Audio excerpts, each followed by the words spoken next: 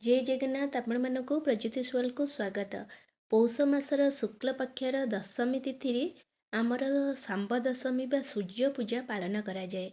ଏହି ବର୍ଷ 9 ଜାନୁଆରୀ ଗୁରୁବାର ଦିନ ଆମର ଶାମ୍ବ ଦଶମୀ ବା ସୂର୍ଯ୍ୟ ପୂଜା, ଯେଉଁ ଦିନ କି ଆମର ସୁଦଶା ବ୍ରତ ପଡ଼ୁଛି। ଦେଖନ୍ତୁ ଏକାଥରେ ଦୁଇଟି ବ୍ରତ। ତ ମୁଁ ପୁରୁଣା ବହୁତ ସାରା ଭିଡ଼ିଓ ଛାଡ଼ିଛି କେମିତି ଆପଣ ଏକାଥରେ ଦୁଇଟି ବ୍ରତ ପାଳନ କରିବେ। ଆଉ ଅଲଗା ମଧ୍ୟ ସୁଦଶା ବ୍ରତର ପୂଜାବିଧି ଆପଣଙ୍କ ପାଖରେ ଅପଲୋଡ଼ କରିଛି। କିନ୍ତୁ ଏଇ ଭିଡ଼ିଓରେ ଆପଣ କେବଳ ଜାଣିବାକୁ ପାଇବେ ଯେ ସୂର୍ଯ୍ୟ ପୂଜା ଆପଣ କେମିତି କରିବେ। କେବଳ ସୂର୍ଯ୍ୟ ପୂଜା ବିଷୟରେ ମୁଁ ଏଠି এই ଭିଡ଼ିଓରେ କହିଛି। ତା ବ୍ୟତୀତ ଶାମ୍ବ ଦଶମୀ ସୂର୍ଯ୍ୟ ପୂଜାକୁ ମଧ୍ୟ ଶାମ୍ବ ଦଶମୀ ବ୍ରତ ମଧ୍ୟ କୁହାଯାଏ। ଶାମ୍ବ ଦଶମୀର ଗୋଟିଏ ବ୍ରତ ବହି କଥା ଅଛି। ଯଦି ଆପଣଙ୍କ ପାଖରେ ନାହିଁ, ସୂର୍ଯ୍ୟ ପୂଜା କରିସାରିଲା ପରେ ଆପଣ ଯଦି ପଢ଼ିବାକୁ ଚାହୁଁଛନ୍ତି, ଯଦି ନାହିଁ ତ ଟୋଟାଲ ବହିଟି ଆପଣଙ୍କୁ ଭିଡ଼ିଓ ମାଧ୍ୟମରେ ମଧ୍ୟ ଦେଖେଇ ଦେଉଛି। ଆଶା କରୁଛି ଆପଣମାନେ ଚାହିଁବେ ଯଦି ସ୍କ୍ରିନଶଟ୍ ମାରି ମଧ୍ୟ ପଢ଼ିପାରିବେ। ଆପଣଙ୍କୁ ଯାହା ଯେମିତି ସୁବିଧା ଲାଗିବ ଆପଣ ସେୟା କରିବେ। ଠିକ୍ ଅଛି, ଫାର୍ଷ୍ଟ ହେଉଛି ଦେଖନ୍ତୁ, ଯେହେତୁ ଆପଣଙ୍କ ସୂର୍ଯ୍ୟ ପୂଜା ରହିଛି ତ ପୂର୍ବ ଦିନରୁ ଆପଣଙ୍କୁ ପୂଜାର ସାମଗ୍ରୀ ସବୁ ରେଡ଼ି କରିଦିଅନ୍ତୁ। ଆଉ ଯେଉଁଠି ଆପଣ ପୂଜା କରିବେ ସେ ସ୍ଥାନକୁ ମଧ୍ୟ ବୁଧବାର ଦିନରୁ ଭଲ ଭାବରେ ଧୁଆପୋଛା କରିଦେଇଥାନ୍ତୁ। କିନ୍ତୁ ଆପଣ ଗୁରୁବାର ଦିନ ଆଉ ଥରେ ତା ଉପରୁ ଖାଲି ଟିକେ ପୋଛା ମାରିପାରିବେ। ସେଇ ସ୍ଥାନକୁ ଗୋବରରେ ଭଲ ଭାବରେ ଆପଣ କ'ଣ କରିବେ, ଗୋମୟ ପାଣିରେ ଆପଣ ଟିକେ ପାଣି ଛିଞ୍ଚି ଦେଇପାରିବେ। ଯେହେତୁ ଆପଣ ପୂର୍ବ ଦିନରୁ ପୋଛି ଦେଇଛନ୍ତି ତ ଆପଣ ଛିଞ୍ଚି ପାରିବେ, ନହେଲେ ଆଉ ଥରେ ମଧ୍ୟ ପୋଛି ପାରିବେ। ଆପଣଙ୍କର ସୁବିଧା ଆଉ ସମୟକୁ ଦେଖି ଆପଣ କରିପାରିବେ। କିନ୍ତୁ ଆପଣ ସେଦିନ ମୁରୁଜ କିମ୍ବା ଚିତା ସେଇଦିନ ପକେଇବେ ନାହିଁ। ଆପଣ କାରଣ ସୂର୍ଯ୍ୟ ପୂଜା ବିଶେଷ କରି ଯାହା ବି ହୁଏ ସଜ ଚିତା ପଡ଼ିଥାଏ କି ସଜ ମୁରୁଜ ପଡ଼ିଥାଏ। ତେଣୁ ଆପଣ ଚେଷ୍ଟା କରିବେ ସେଇଦିନ ପକାଇବା ପାଇଁ। ଆପଣ କ'ଣ କରିବେ, ଗୁରୁବାର ଦିନ ଯେଉଁଦିନ ଆମର ସୂର୍ଯ୍ୟ ପୂଜା ରହୁଛି 9 ଜାନୁଆରୀ ଗୁରୁବାର ଦିନ, ତ ଗୁରୁବାର ଦିନ ଆପଣଙ୍କର ଗୋଟେ ଭଲ ସମୟ ରହୁଛି, ଅମୃତ ବେଳାର ସମୟ ରହିଛି ସୂର୍ଯ୍ୟୋଦୟରୁ 8ଟା 3 ମଧ୍ୟରେ। ତ ଆପଣଙ୍କ ସୂର୍ଯ୍ୟୋଦୟ ହେଉଛି 6ଟା 27। ତ 6ଟା 27ରୁ ଆପଣ 8ଟା 3 ମଧ୍ୟରେ ମଧ୍ୟ ସୂର୍ଯ୍ୟ ପୂଜା କରିପାରିବେ। ତ ଆପଣଙ୍କ ପାଇଁ ଭଲ ରହିବ, ଆପଣଙ୍କ ପିଲା ପାଇଁ ଭଲ ରହିବ। କାରଣ ସୂର୍ଯ୍ୟ ପୂଜା ଆମର ଏଥିପାଇଁ କରାଯାଏ ଯେ ଛୁଆଙ୍କର, ଆପଣଙ୍କ ପୁଅ ହେଉ କି ଝିଅ ହେଉ, ତାଙ୍କର ହିତ କାମନା କରି ସୂର୍ଯ୍ୟୋଦୟ ସମୟରେ ଆମର ସୂର୍ଯ୍ୟ ପୂଜା କରାଯାଏ। ଆଉ ତାଙ୍କ ପାଖରେ ବହୁତ ସାରା ନୈବେଦ୍ୟ ମଧ୍ୟ ଲାଗେ। ଆପଣଙ୍କୁ ସୁବିଧା ଦେଖି ଆପଣ ଇଏ କରି ଆପଣ ପୂଜା କରିବେ। ଗୁରୁବାର ଦିନ ଟିକେ ଜଲ୍ଦି ଉଠି ପଡ଼ିବେ। ତାପରେ ନିଜର ନିତ୍ୟକର୍ମ ସାରି ଆପଣ ଶୁକ୍ଳ ବସ୍ତ୍ର ପିନ୍ଧିବେ। ତାପରେ ସିନ୍ଦୁର ଅଳତା ଯେମିତି ଲଗେଇବା କଥା ଲଗେଇ କରିବେ। ପ୍ରଥମେ କ'ଣ କରିବେ, ଚିତା ପାଇଁ ଚାଉଳ ବାଟି ଦେବେ। ଯେଉଁଠି ଆପଣ ସୂର୍ଯ୍ୟ ପୂଜା କରିବେ, ଦେଖନ୍ତୁ ସୂର୍ଯ୍ୟ ପୂଜା ବିଶେଷ କରି ଆପଣ ଚଉରା ମୂଳରେ କରିପାରିବେ, ନହେଲେ ଆପଣଙ୍କର ଛାତ ଉପରେ ମଧ୍ୟ ଯଦି ଜାଗା ଅଛି ଛାତ ଉପରେ କରିପାରିବେ, ନହେଲେ ବା ଆପଣଙ୍କ ଘରର ଅଗଣାରେ ମଧ୍ୟ କରିପାରିବେ। ଯେଉଁଠି ସୂର୍ଯ୍ୟଦେବଙ୍କୁ ଆପଣ ପୂଜା କରିପାରିବେ, ଆପଣ ସେଇ ସ୍ଥାନ ବାଛିକରି ଆପଣ କ'ଣ କରିବେ, ସେଇଠି ସଜ ଚିତା ପକାଇବେ। ଦେଖନ୍ତୁ ଆପଣ ବହିରେ ଯଦି ଦେଖିବେ ତ ଚଉରା ମୂଳରେ ସେ ଲେଖିଛି ଯତନେ ଲିପିବ। ଚଉରା ମୂଳରେ ଆପଣ ପୂଜା କରିପାରିବେ। ନାନା ପ୍ରକାର ନାନା ପ୍ରକାରର ଫୁଲ ଫଳ ସବୁ କରି ଆପଣ ମଣ୍ଡଳ କାଟିବେ। ଯେଉଁଟା ସୂର୍ଯ୍ୟ ମଣ୍ଡଳ ରହିଛି ସୂର୍ଯ୍ୟ ମଣ୍ଡଳ କାଟିବେ। କଳସ ସ୍ଥାପନା ଯେଉଁଠି କରିବେ କଳସ ସ୍ଥାପନାର ଗୋଟେ ମୁରୁଜ କି ଚିତା ପକାଇବେ। 7ଟି ଘୋଡ଼ାର ଆପଣ ଚିତ୍ର ଆଙ୍କିବେ। ଗୋଟିଏ ଆପଣଙ୍କର ରହୁଛନ୍ତି ସାରଥୀ, ତାଙ୍କର ମଧ୍ୟ ଚିତ୍ର ଆଙ୍କିବେ। ଆପଣ କ'ଣ କରିବେ, ସେଇଥିରେ ଆପଣ ଚିତା ସବୁ କରିବେ। ଚିତା କରିସାରିଲା ପରେ ତାକୁ ଶୁଖିବା ପାଇଁ ଛାଡ଼ିଦେବେ। ତାପରେ ଆପଣ କ'ଣ କରିବେ, ଦୀପ ଲଗେଇବେ। ଆପଣ ଯେତେବେଳେ ଆପଣଙ୍କୁ ସମୟ ହେବ ଆପଣ ଦେଖନ୍ତୁ, ସୂର୍ଯ୍ୟ ପୂଜା ଭିନ୍ନ ଭିନ୍ନ ସ୍ଥାନରେ ଭିନ୍ନ ଭିନ୍ନ ହୋଇଥାଏ। କାରଣ ମୁଁ ଗୋଟେ କହୁଛି, ଆପଣଙ୍କ ଆଡ଼େ ଅଲଗା ଥିବ। କିନ୍ତୁ ଆପଣଙ୍କ ଉପରେ ଡିପେଣ୍ଡ କରୁଛି ଆପଣ କେମିତି ପୂଜା କରିବେ। କିନ୍ତୁ ମୁଁ କ'ଣ ପୂଜାବିଧି ରହୁଛି ଯାହା ଜାଣିଛି ମୁଁ ସେଇଆ ଆପଣଙ୍କୁ କହୁଛି। ବୁଝିଲେ ତ ଆପଣ? ତ ଆପଣ ଚାହିଁବେ ଯଦି ଆପଣଙ୍କୁ ଯଦି ସୁବିଧା ହେଉନି, ନାହିଁ ଆପଣଙ୍କ ଆଡ଼େ ଗୋଟିଏ ଥର ପୂଜା ଅଛି ତ ଆପଣ ଗୋଟିଏ ଥର ପୂଜା କରିବେ। ଆପଣଙ୍କ ଆଡ଼େ ଯଦି 2ଥର ପୂଜା ଅଛି ତ ଆପଣ 2ଥର ପୂଜା କରିବେ। ଆପଣଙ୍କ ଆଡ଼େ ଯଦି 3ଥର ପୂଜା କରିବାର ଅଛି 3ଥର ପୂଜା କରିବେ। କିନ୍ତୁ ପୂଜା ବିଧି, ପୂଜାର ଯାହା ବି ନିୟମ ସବୁ ତ ଏକ ରହିଥାଏ ନା। ତ ସେଇଥିପାଇଁ ମୁଁ ଆପଣଙ୍କୁ ପୂଜାବିଧିଟି କହୁଛି। ପ୍ରଥମେ ଦେଖନ୍ତୁ କଳସ ସ୍ଥାପନା କରିବେ। କଳସ କେମିତି ସ୍ଥାପନା କରିବେ? ପ୍ଲେଟ୍ରେ, କି ଆପଣଙ୍କ ପାଖରେ ଯଦି ପ୍ଲେଟ୍ ନାହିଁ ଆପଣ କ'ଣ କରିବେ, ଯେଉଁଠି ଚିତା ପକାଇଛନ୍ତି ସେଇଠି ଟିକେ ଅକ୍ଷତ ଦେବେ। ଅକ୍ଷତ ମାନେ ଅଭଙ୍ଗା ଅରୁଆ ଚାଉଳ ଦେବେ। ସେଥିରେ କ'ଣ କରିବେ, କଳସରେ ପାଣି, ତାପରେ ଟିକେ ଗଙ୍ଗାଜଳ, ଗୁଆ ଟିକେ ଦେବେ। ସେଥିରେ କର୍ପୂର, ଚନ୍ଦନ, ଅଗୁରୁ ଟିକେ ପାଣିରେ ମିଶାଇ ଦେବେ। ତାପରେ ସେଥିରେ ଆମ୍ବଡାଳ 5, 7, 9 ଏହିପରି ଭାବରେ ଆମ୍ବଡାଳ ନେବେ, ଦୁବ, ବରକୋଳି ପତ୍ର ନେବେ। ତାପରେ ଗୋଟା ଫଳ ଆପଣ ପଇଡ଼ ହଉ, ନଡ଼ିଆ ହଉ, ଆପେଲ ହଉ, ଆପଣଙ୍କର କଦଳୀ ହଉ, ଆପଣ ଯାହା ବି ଗୋଟା ଫଳ ଦେବା କଥା ଦେବେ। ତାପରେ ରକ୍ଷାସୂତ୍ର, ପଇତା ଅର୍ପଣ କରିବେ। ଫୁଲ, ଚନ୍ଦନ, ସିନ୍ଦୁର ଅର୍ପଣ କରିବେ। ତାପରେ ଆପଣ କ'ଣ କରିବେ, ସେଇ ଯେଉଁ ସୂର୍ଯ୍ୟମଣ୍ଡଳ ଥିବ ସେଠିକି ଟିକେ ପଞ୍ଚାମୃତ ଛିଞ୍ଚି ଦେବେ, ଆଉ ଟିକେ ଗଙ୍ଗାଜଳ ମଧ୍ୟ ଛିଞ୍ଚି ଦେବେ। ତାପରେ ଆପଣ କ'ଣ କରିବେ, ସୂର୍ଯ୍ୟମଣ୍ଡଳ ଯେଉଁଠି ଥିବ ଆପଣ ସେଠି ଗୋଟେ ପିଢ଼ା ନେବେ। ପିଢ଼ା ନିଅନ୍ତୁ।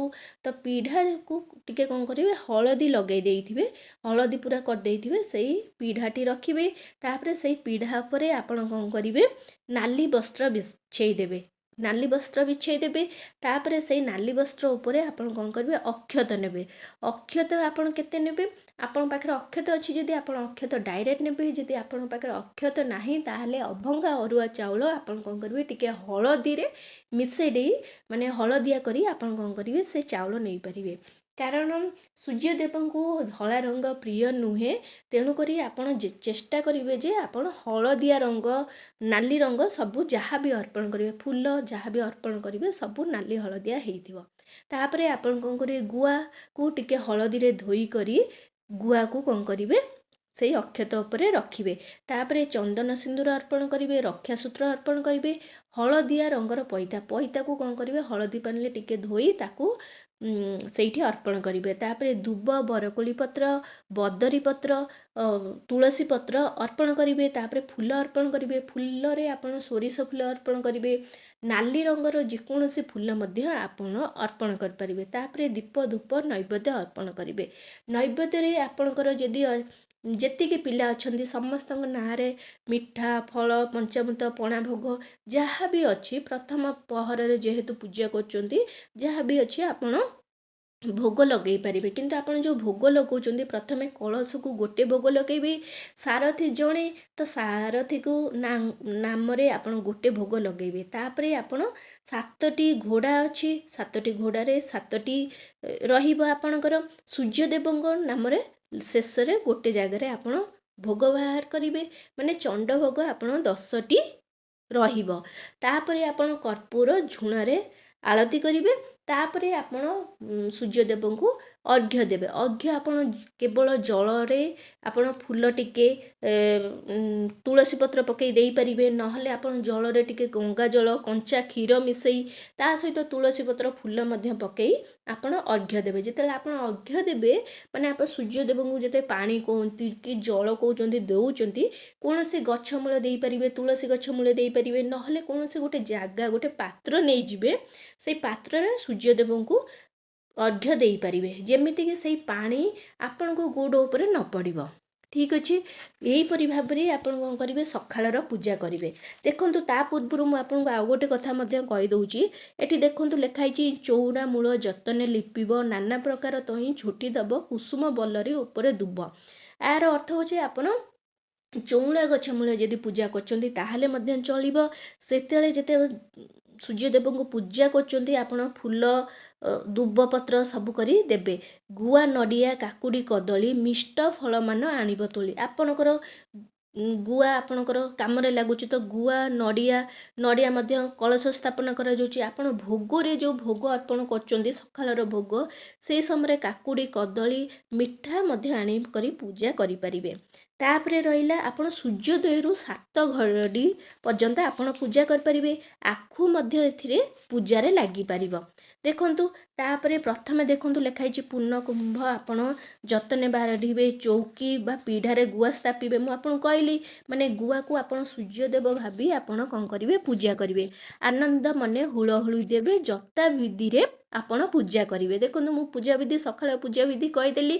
ତା ସହିତ ଆପଣ ଦେଖନ୍ତୁ ଏଠି ଗୋଟେ ଲେଖା ହେଇଛି, ଯେଉଁଟା ମୁଁ କହିନେଇ, 7 ସୂତାରେ ବ୍ରତକୁ କରିବ। ମାନେ ଆପଣ 7ଟି ଯେମିତି ଆମର 10 ଖିଅ ସୂତାରେ ଆମର ସୁଦଶା ବ୍ରତ ହୁଏ, ସେହିପରି ଆପଣ ଗୋଟେ ସୂତା ନେଇଯିବେ, ଯେମିତିକି ତାକୁ 7 ଖିଅ କରିବେ। 7 ଖିଅ କରି ସେଥିରେ କ'ଣ କରିବେ, 7ଟି ଗଣ୍ଠି ପକେଇବେ। 7ଟି ଗଣ୍ଠି ପକେଇବେ। ସେଇ ଯେଉଁ ଗଣ୍ଠି ପକେଇବେ ସେଥିରେ 7ଟି ଫୁଲ, 7ଟି ଚାଉଳ। 7ଟି ଚାଉଳ ତ ଆପଣ କ'ଣ କରିବେ, ଦେଇପାରିବେନି, ଗଣ୍ଠିରେ ଦେଇପାରିବେନି, ତ 7ଟି ଚାଉଳ ଆପଣ ଟିକେ ହଳଦୀ ମିଶା କରି ସେଇଠି ଆପଣ କ'ଣ କରିବେ, ସୂର୍ଯ୍ୟଦେବଙ୍କ ପାଖରେ ଯେଉଁଠି ପିଢ଼ା ଉପରେ ରଖିଦେବେ। 7ଟି ଦୁବ, 7ଟି ବଦରୀ ପତ୍ର ମିଶେଇ କରି ଆପଣ କ'ଣ କରିବେ, 7ଟି ଗଣ୍ଠି ଦେବେ। ଆଉ ପ୍ରତ୍ୟେକ ଗଣ୍ଠିରେ ସୂର୍ଯ୍ୟଦେବଙ୍କର ନାମ ଧରିବେ।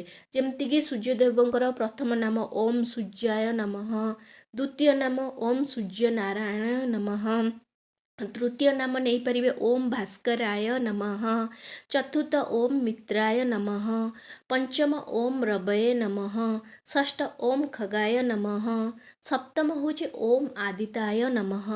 ଏହିପରି ଭାବରେ ଆପଣ 7ଟି ନାମ ନେଇ ଆପଣ କ'ଣ କରିବେ, 7ଟି ଗଣ୍ଠି ପକେଇ ପାରିବେ। ସେଇ ଗଣ୍ଠିକୁ ଆପଣ କ'ଣ କରିବେ, ଗୁଡ଼େଇ କରି ବାନ୍ଧିବେ। ତାକୁ ଆପଣ ଗଳାରେ ପିନ୍ଧି ପାରିବେ। ଠିକ୍ ଅଛି, ଆପଣ ପିନ୍ଧିପାରିବେ, ନହେଲେ ଧର୍ମ ସୁମରି ଗଳାରେ ପିନ୍ଧିବେ। ଆପଣ ମା ହେଇଛନ୍ତି, ଆପଣ ପୂଜା କରୁଛନ୍ତି ଆପଣଙ୍କ ପିଲା ଛୁଆ ପାଇଁ, ଆପଣ ସେଇ ଗଳାରେ ଆପଣ ପିନ୍ଧିପାରିବେ। ତାପରେ ଧୂପ ଦେବେ। ତାପରେ ଆପଣ କ'ଣ କରିବେ, ସମସ୍ତଙ୍କୁ ଭୋଗ ବାଣ୍ଟି ପାରିବେ। ଏଇଟା ରହୁଛି ସକାଳର ପୂଜା। ତାପରେ ଦ୍ୱିପହରରେ ଆପଣ ମାନେ ତାର ମେନ୍ ହେଉଛି କ୍ଷୀରି। ଆପଣଙ୍କର ଯଦି ପିଲାମାନଙ୍କ ନାଁରେ ପିଠା, ମିଠା, କ୍ଷୀରି, ଖେଚୁଡ଼ି, ଗୁଡ଼ଗୁଡ଼ିଆ ତରକାରୀ ଭୋଗ ମାନେ ଅଛି କରିବାର, କି ଆପଣ ଅପରାହ୍ନ ସମୟରେ ଏସବୁ ମଧ୍ୟ ଭୋଗ କରିପାରିବେ। ଆପଣ ସେଦିନ କାକରା, କ୍ଷୀରି, ଖିଚୁଡ଼ି, ବୁଢ଼ା ଚକୁଳି, ଛଣା ମଣ୍ଡା, ତ ଏସବୁ ମଧ୍ୟ ଆପଣ ପ୍ରସ୍ତୁତ କରିପାରିବେ। ଦେଖନ୍ତୁ ଏଠି କ'ଣ ଲେଖା ହେଇଛି ମଧ୍ୟ, କରିବ ନାନା ଭୋଗ ଦ୍ରବ୍ୟମାନ, ବୁଢ଼ା ଚକୁଳିଟି ଅଟେ ପ୍ରଧାନ, କ୍ଷୀରି ଖେଚୁଡ଼ି ମକର ଚାଉଳ ହେଲା, ଆଖୁ ଆଦି କରିବ ଠୁଳ। ମାନେ ମେନ୍ ମଧ୍ୟ ଏଥିରେ ବୁଢ଼ା ଚକୁଳି, ଆପଣ ବୁଢ଼ା ଚକୁଳି ପ୍ରସ୍ତୁତ କରିପାରିବେ। କ୍ଷୀରି, ଖେଚୁଡ଼ି, ମକର ଚାଉଳ ମଧ୍ୟ ପ୍ରସ୍ତୁତ କରିବେ। ମକର ଚାଉଳ ମାନେ ଆପଣ ଯେମିତି ମକର ସଂକ୍ରାନ୍ତିରେ ଚାଉଳକୁ ନେଇ ସେଥିରେ ଆପଣ କ'ଣ କରୁଛନ୍ତି, ଛେନା, କଦଳୀ, ନଡ଼ିଆ, କ୍ଷୀର, ଗୁଡ଼, ଘିଅ ସବୁ ପକେଇ ଗୋଟେ ମକର ଚାଉଳ ପ୍ରସ୍ତୁତ କରୁଛନ୍ତି, ସେମିତି ସେଇଦିନ ମଧ୍ୟ ମକର ଚାଉଳ ଆପଣ ସକାଳ ବେଳା ଭୋଗ ଲଗେଇ ପାରିବେ। ତ ଆପଣ ଦ୍ୱିପହରେ ଆପଣ କ'ଣ କରିବେ, ସୂର୍ଯ୍ୟଦେବଙ୍କ ପାଖରେ ଆଉ ଥରେ ଦୀପ ଧୂପ ଲଗେଇବେ। ତାଙ୍କୁ ନୈବେଦ୍ୟରେ ଏଇସବୁ ଜିନିଷ ଲଗେଇ ପାରିବେ, କିନ୍ତୁ ପ୍ରଥମେ କଳସକୁ ଭୋଗ ଲଗେଇବେ, ତାପରେ ସାରଥୀ, ତାପରେ ଘୋଡ଼ା, 7 ଘୋଡ଼ା, ତାପରେ ସୂର୍ଯ୍ୟଦେବଙ୍କୁ ଆପଣ ଭୋଗ ଲଗେଇ ପାରିବେ। ଆପଣ ବାଇଗଣ ପତ୍ରରେ ଏସବୁ ଭୋଗ ଲଗେଇ ପାରିବେ, ନହେଲେ କଦଳୀ ପତ୍ରରେ ମଧ୍ୟ ଭୋଗ ଲଗେଇ ପାରିବେ। ଇଶାନ କୋଣରେ ବାରି ପଛପଟେ ମଧ୍ୟ ଏଇ ଭୋଗ ଆପଣ ଦ୍ୱିପହର ସମୟରେ ପୂଜା କରିପାରିବେ। ଯଦି ଆପଣଙ୍କର ଆଡ଼େ ଅଛି ଏକାଥରେ ସବୁ ଜିନିଷ ପୂଜା କରିବାର, ମାନେ ସକାଳର ପୂଜା ଆଉ ଦ୍ୱିପହର ପୂଜା ମିଶେଇ କରି ଗୋଟେ ପୂଜା କରିବାର, ତାହେଲେ ଆପଣ ଦ୍ୱିପହର ସମୟରେ ମାନେ 11ଟା 12ଟା ବେଳକୁ ସବୁ ରୋଷେଇବାସ ସବୁ ସାରି ଆପଣ ମଧ୍ୟ ଆପଣଙ୍କର ଆଡ଼େ ଯାହା ଅଛି ଆପଣ ସେଇଆ କରିପାରିବେ। ତାପରେ ଆପଣ କ'ଣ କରିବେ, ସବୁ ପୂଜା ସରିଲା ପରେ ଆପଣ କ'ଣ କରିବେ, ଯଦି ଆପଣଙ୍କର କିଛି ଭୁଲ ହେଇଯାଇଛି କ୍ଷମା ପ୍ରାର୍ଥନା କରିବେ। ତାପରେ ଆପଣଙ୍କ ଭୋଗ କ'ଣ କରିବେ, ଆପଣଙ୍କ ପିଲାମାନଙ୍କୁ ବାଣ୍ଟି ଦେବେ ଖାଇବା ପାଇଁ। ଏଇସବୁ ସୂର୍ଯ୍ୟ ଦେବତାଙ୍କର ନିୟମ ରହିଛି। ଏଇସବୁ ଆପଣ ଯଦି ବିଧିବଦ୍ଧ ଭାବରେ ପୂଜା କରୁଛନ୍ତି, ତାହେଲେ ଆପଣଙ୍କୁ ଦୀର୍ଘାୟୁ ହେବ। ଆପଣଙ୍କ ପିଲା ଛୁଆଙ୍କର ମାନେ ତାଙ୍କର ବୟସ ବୃଦ୍ଧି ହେବ, ଧନ ଜନ ଗୋପଲକ୍ଷ୍ମୀ ବଢ଼ିବ, ସୁଖ ଶାନ୍ତି ଘରେ ମଧ୍ୟ ରହିବ। ତା ବ୍ୟତୀତ ଦେଖନ୍ତୁ, ଆପଣ ଯେଉଁ ବ୍ରତ ଆପଣ ସେଇଦିନ ମାନେ ସନ୍ଧ୍ୟା ହେବା ପୂର୍ବରୁ ଯାହା ଜିନିଷ ଅଛି ତାକୁ ସବୁ ଉଜେଇ ପାରିବେ। ଯେମିତିକି କଳସ ଆପଣ ଉଜେଇ ପାରିବେ, ଆପଣଙ୍କର ଯାହା ବି ଭୋଗ ଗୁଆ ସେସବୁ ମାନେ ବିସର୍ଜନ କରିପାରିବେ। ତା ବ୍ୟତୀତ ଆପଣ ଯେଉଁ ଗଳାରେ ଯେଉଁ ପିନ୍ଧିଥିବେ, ଆପଣଙ୍କର ଗଳାରେ ଯେଉଁ ପିନ୍ଧିଛନ୍ତି ବ୍ରତ, ତାକୁ ମଧ୍ୟ ଆପଣ ଚାହିଁବେ ଯଦି ବ୍ରତକୁ ମଧ୍ୟ ସେଇଦିନ ବିସର୍ଜନ କରିପାରିବେ, ନହେଲେ ଆପଣ ତା ପରଦିନ ମଧ୍ୟ ବିସର୍ଜନ ସବୁ କିଛିକୁ କରିପାରିବେ। ଆପଣ ତା ପରଦିନ ସବୁ ବିସର୍ଜନ କରିଦେବେ, ନହେଲେ ସୂର୍ଯ୍ୟୋଦୟ ପୂର୍ବରୁ ମାନେ ସୂର୍ଯ୍ୟାସ୍ତ ପୂର୍ବରୁ ମଧ୍ୟ ଆପଣ ବିସର୍ଜନ କରିପାରିବେ। आशा करछि भिडियोटी आपको बहुत पसंद आसथिबो। जदि आसछि ताहेले एई चैनल को जल्दी करी लाइक शेयर एंड सब्सक्राइब कर दियंतु। नमस्कार।